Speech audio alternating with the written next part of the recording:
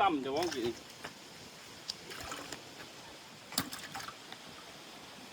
อ้าวปลาใหญ่ได้วันนี้เดี๋ยวจะจับไปเบิ่งนี่คือปลานวลจันทร์ต้นเท่าไรเลยนี่จะขีดจะโลแล้วมัน